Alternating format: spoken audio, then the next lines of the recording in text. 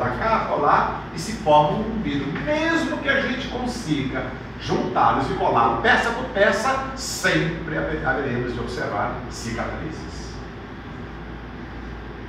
Frames, alma, mas que para a psicologia, para a psiquiatria, nós usamos uma tecnologia mais técnica, que é personalidade, fragmentação da personalidade. Isso é esquizofrenia. E ele percebia que aqueles indivíduos, porque a fragmentação da personalidade, ela vai acontecer lá na frente. Aí vai haver uma ruptura e o indivíduo então passa a manifestar os seus sintomas.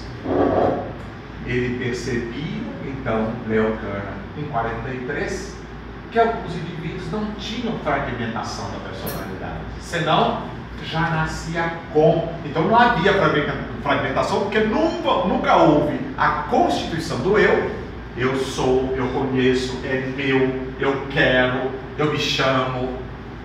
Nunca houve a construção, como na esquizofrenia, que depois vai haver a ruptura, o indivíduo perde, fica fora do ar, perde a consciência do eu. No autismo não se perde porque nunca se conquistou. Começou a haver diferença. Para os colegas que aqui estão e são clínicos, trabalham na clínica, sempre ouviram nas suas faculdades aquelas bobagens do tipo: para que rotular uma criança? O importante é cuidar do seu eu. Isso é uma frase bonita que não vale nada, inclusive ela é distorcida e não tem sentido científico nenhum. Que eu sei existe? Quem é esse eu? Não é? Portanto, na fragmentação, quando não há quebra dessa captura do eu, então Leo Kanner começa a observar que não só o indivíduo já nascia como ele levantou depois de algumas hipóteses. De onde que viria isso? Então, claro, a primeira coisa naquele mundo, daquela época, em 1943, era procurar o culpado. E claro, não tinha ninguém outro, nenhum endereço que não fosse a bendita da mãe. Aí começam as vasculhagens e as bobagens. Mas naquela época não era bobagem não, sabe por quê? Porque se conhecia ainda muito pouco. Então ao longo do tempo é que se foi percebendo, mas tem algumas frases, alguns conceitos que permanecem até hoje, e vocês não têm noção do estrago que esse tipo de pensar faz numa mãe. Que é a famosa mamãe geladeira. Ah, esse indivíduo é assim porque aquela mãe rejeitava filho. Eu rodo por este mundo dizendo: se rejeitar filho der autismo, mas na verdade a população brasileira teria que ser autista. Portanto, uma hipótese que veio do nada e vai para lugar nenhum. Segundo ponto, a mamãe teve dificuldades ou ao rejeitar, ao não aceitar aquele filho, não conseguiu construir o vínculo com uma criança. Gente, instinto materno é instinto, a gente não adquire. E mesmo que a mamãe tenha uma outra dificuldade, mas quando é filho dela, é filho dela. Mais uma hipótese equivocada que vai, na verdade, trazer para uma série de mamães traumas irrecuperáveis. Desde que alguém fale, alguém técnico fala: não, isso foi a mãe que não aceitou o filho, ou não tem a habilidade de desenvolver um vínculo, porque você pode perguntar o contrário, né? Será que essa mãe tentou várias e várias vezes e ele que não receptava esse vínculo, então esta mãe passa a sofrer com isso? Portanto, eu digo só bobagens, mas lembremos-nos, 1943, 1950, o que é imperdoável é alguém até hoje está dizendo isso. Aí é imperdoável. Até porque não se trata nem de diferença de opiniões. Isso é, na verdade, um ato de agressão com famílias. Pronto. Na mesma época, nós viemos a descobrir isso agora na década de 60 e década de 70.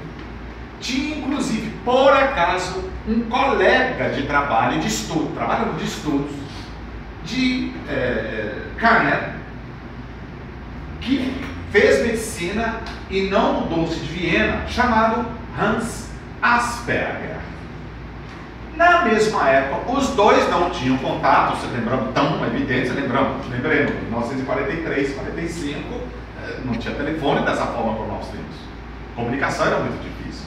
Hans Asperger, lá na Áustria, estava também observando alguns meninos que pareciam fazer movimentos estereotipados, tinham dificuldades no contato físico, não olhava para as pessoas, mas apresentava algumas extraordinariedades. Por exemplo, eles desfraldavam antes do tempo normal, começavam a falar antes do tempo normal, com 2 anos e meio, 3 anos, estavam falando perfeitamente a língua madre, nos seus adjetivos, seus substantivos, alguns até, aí não são todos, alguns até fazendo operações matemáticas extraordinárias, já com 3 anos e meio.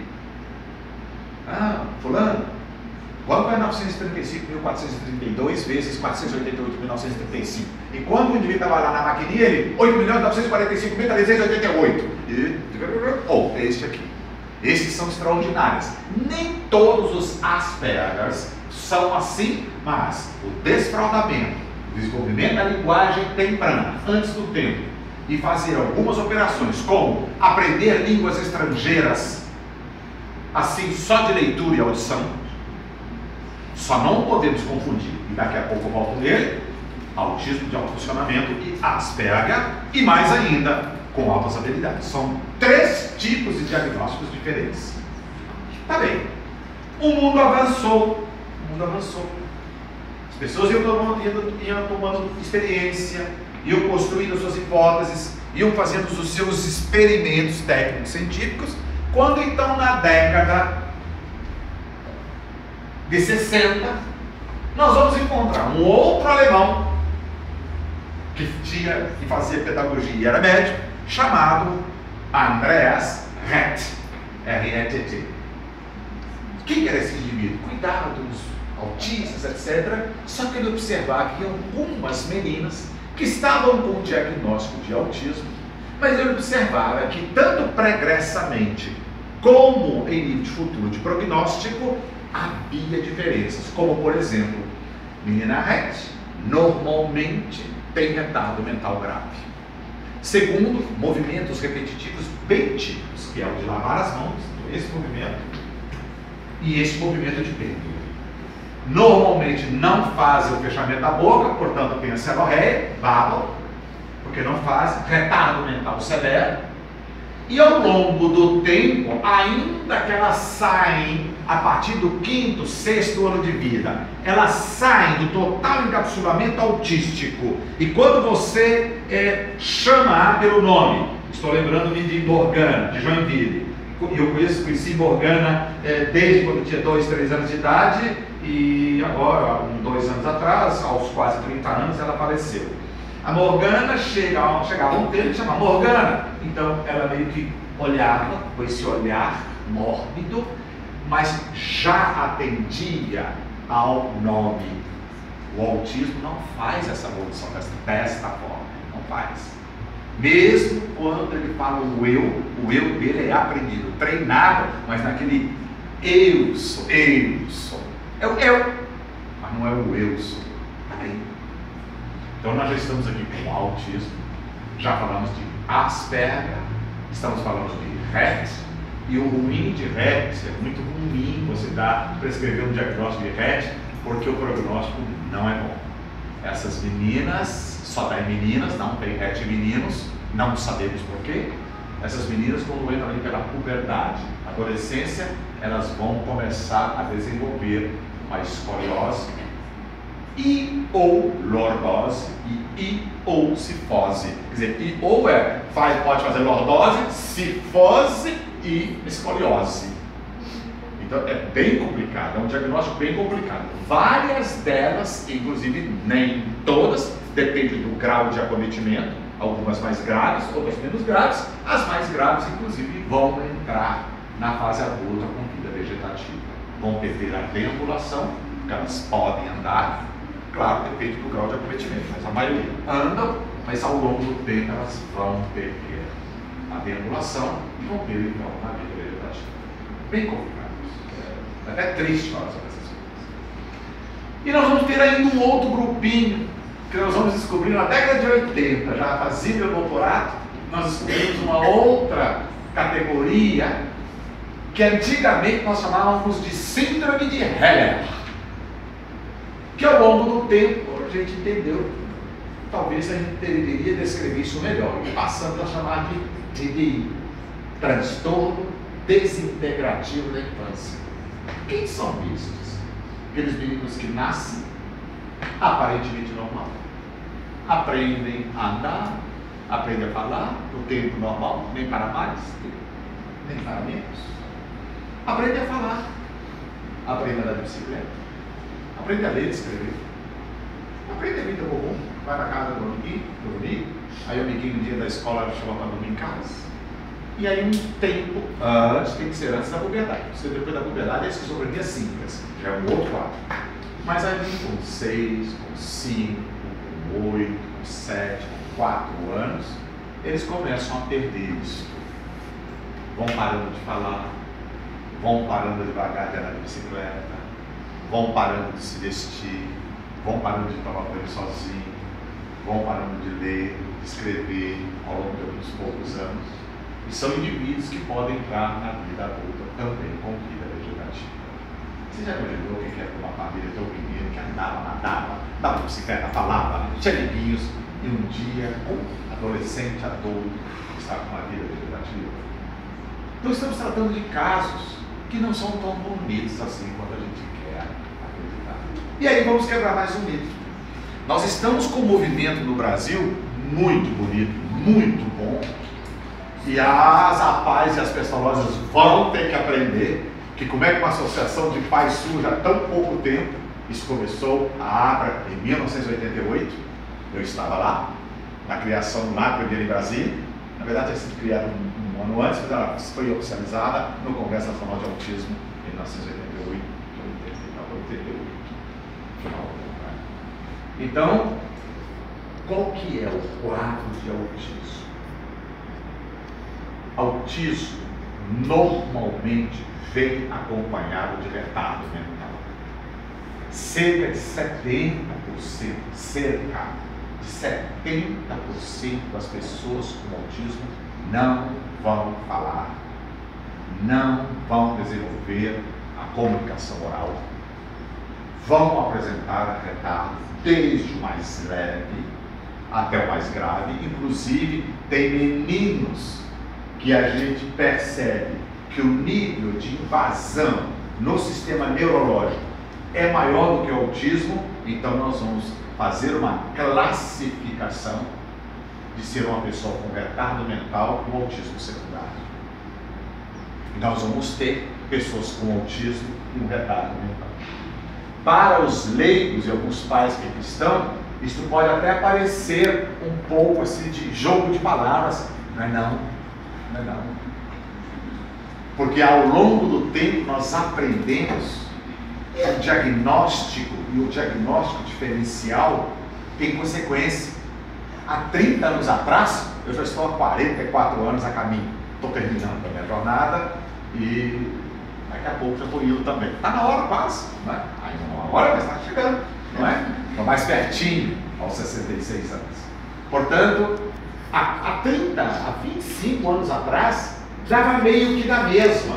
Autismo, Asperger, retardo mental, olha, aquelas terapias universais. Sabe aquela, como é que chama aquilo? É genérico, é o genérico. Hoje não. Hoje não. Hoje não se cuida de uma criança se primeiro que não se faz o diagnóstico diferencial. Porque enquanto você não sabe o que ela tem, você vai fazer com ela aquilo que tiver na sua cabeça.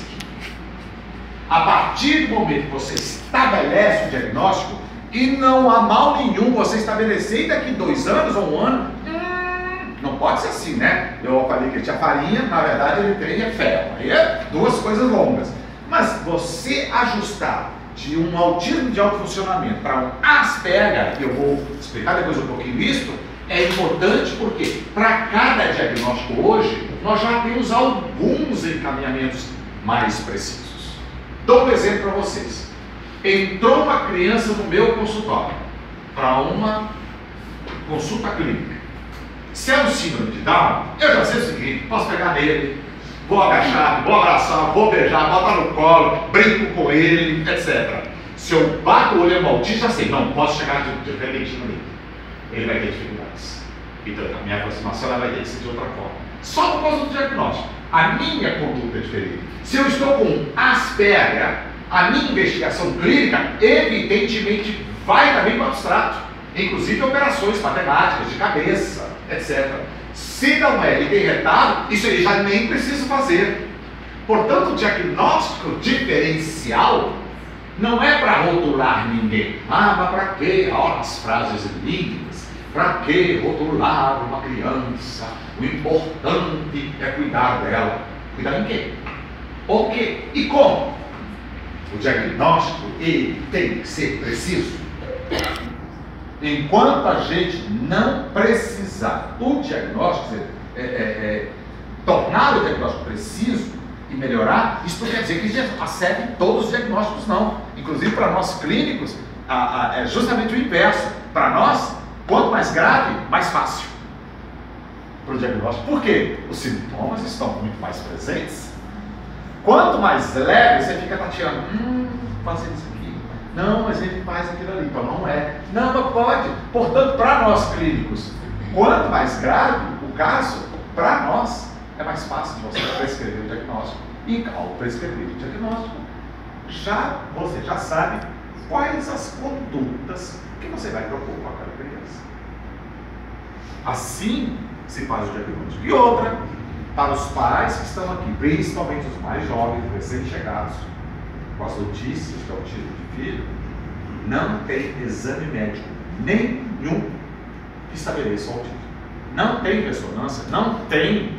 Quando se pede ressonância, quando se pede o eletroencefalografia, quando se pede uma tomografia computadorizada, quando se pede exame de erros inatos de metabolismo, T3, T4, SH, que são hormônios, quando se pede essas coisas, é para observar se além desse quadro que ele está fazendo, ele está trazendo alguma outra comorbidade, algum outro problema de vida. Portanto, quando o médico pede pela primeira vez uma tomografia, uma ressonância, no rigor dos rigores, o que ele está querendo saber teria alguma outra coisa. Porque para o autismo não há, até hoje, nenhum tipo de exame clínico, bioquímico ou por imagem que vai estabelecer. Então, como é que você faz o diagnóstico? Pelo conjunto de sintomas. E por quê? Porque o autismo é uma síndrome. O que é síndrome? Também do grego. Já grego. É síndrome. Síndrome é um conjunto de sintomas. E aí, nos deparamos hoje, nos últimos anos, com um problema sério, que é esta, se me perdoem falar para os clínicos que aqui estão, que os pais não vão entender muito bem isso, esse maldito DSM-5.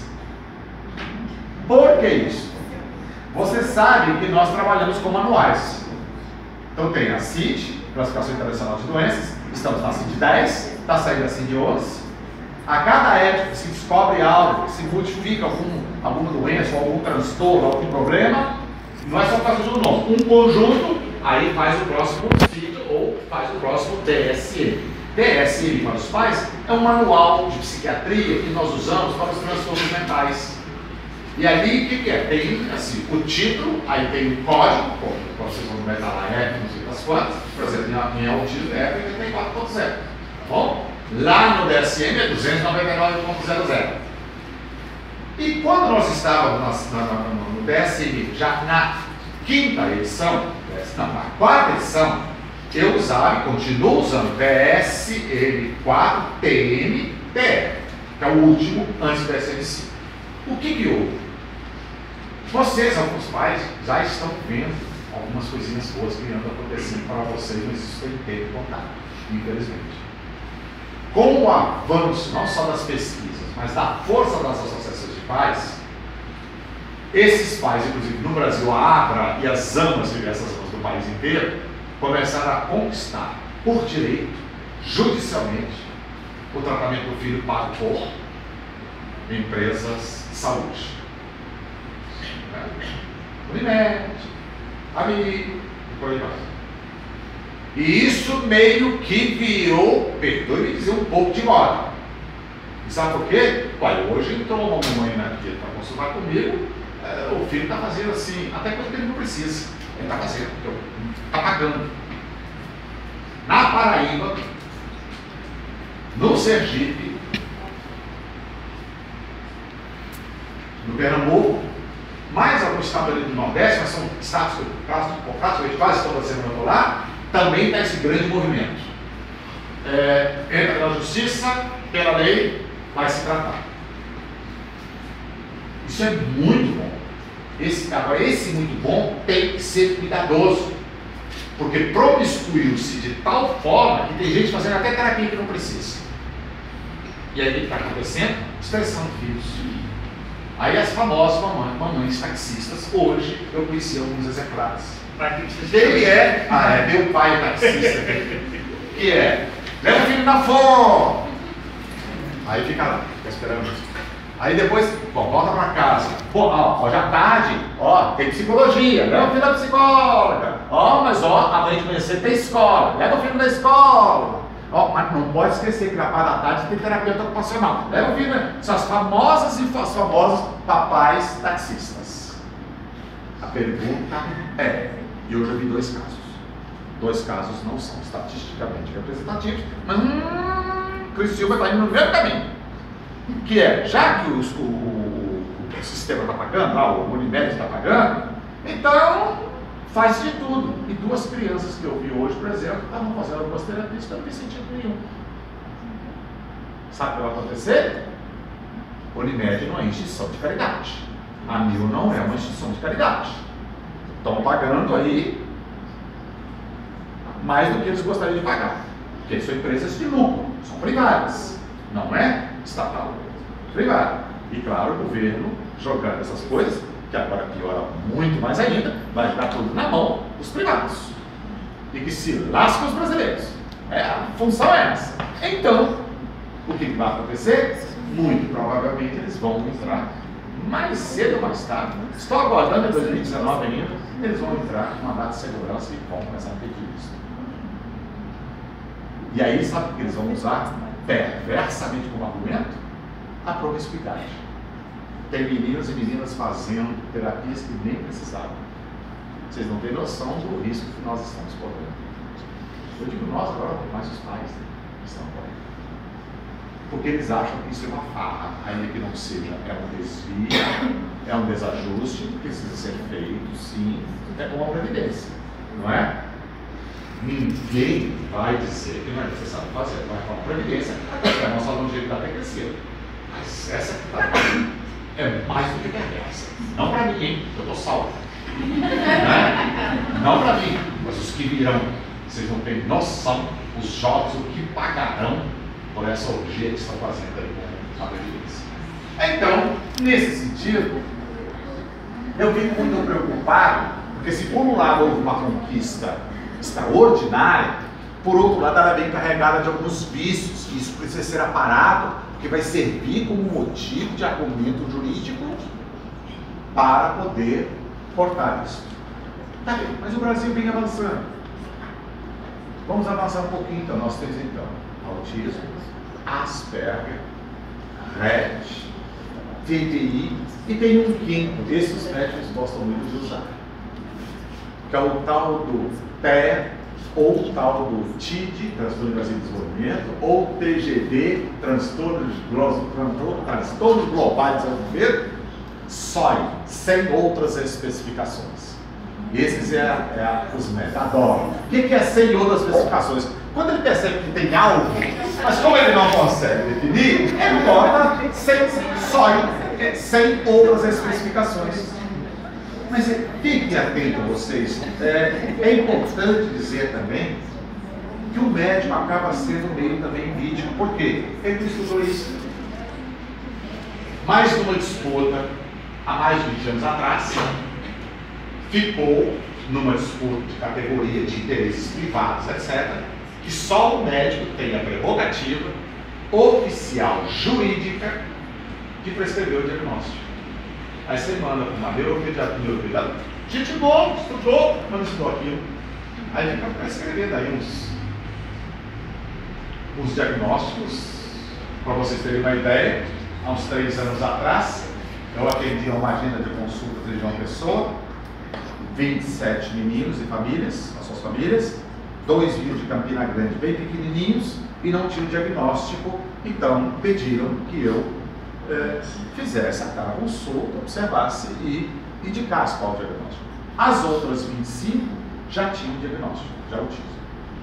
E eu até perguntei para a colega lá, uma fisioterapeuta e uma psicóloga, quem faz a minha agenda quando eu vou lá, você vai, por quê? Você já tem diagnóstico, já estão tratando? Não, é porque tem pai fulano, mãe fulana que gostaria do seu olhar, que você conhece. Pra vocês terem uma ideia, de 25 crianças com autismo, 17 não tinham autismo. Puxa! O que quer dizer isso? O que quer dizer isso?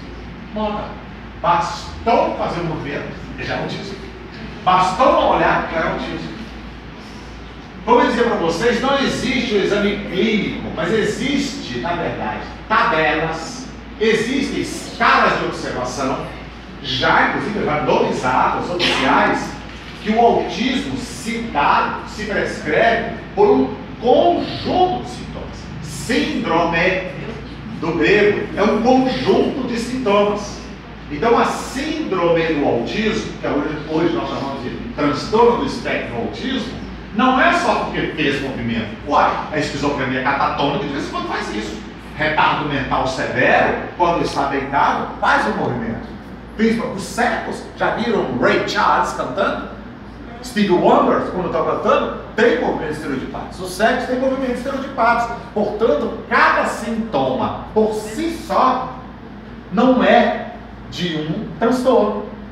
É o conjunto dos sintomas é que vão prescrever o autismo. E é isso, só para quem estudou bem, é para quem conhece, para quem já faz a treino, para quem está lendo, para quem já fez curso, para quem já fez uma capacitação, treinamento. É isso. Pronto.